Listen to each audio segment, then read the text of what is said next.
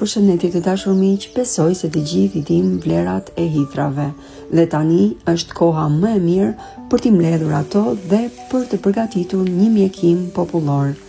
Do mbledhim vetëm majat e hithrave, do t'i lajm mirë me ujë të bollshëm dhe më pas do t'i lëm që të thahen në ambientin e dhomës. Është e rëndësishme që të thahen komplet nga uji para se t'i vendosim në vazo. Sa më shumë hithra të vendosim në vazo, aq më e mirë del edhe tinktura. Më pas do shtojmë raki. Rakia që unë kam përdorur është raki e bërë vetë. Në rast se nuk keni raki të bërë vetë, mund të përdorni alkool farmacie, por rakia e bërë vetë është më mirë për këtë recetë. Do ta lëm të mbyllur për 40 ditë në një vend të errët dhe pas 40 ditëve nxjerrim hithrat nga vazua dhe kullojmë lëngun. Lëngu që përftohet nga kjo tinktur është alkool i holluar me të gjitha vlerat e hithrave brenda.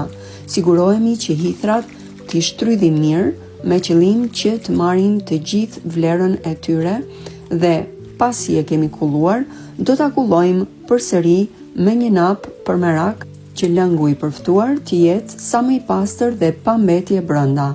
Pasi e kemi kulluar, do ta hedhim në shishe qelçi dhe do ta ruajmë në një vend të freskët dhe të errët.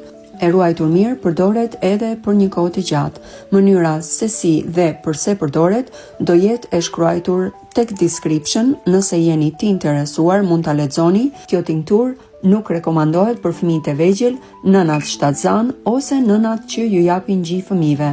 Në rast se keni probleme të tjera shëndetësore, këshilloni me mjekun tuaj para se ta përdorni.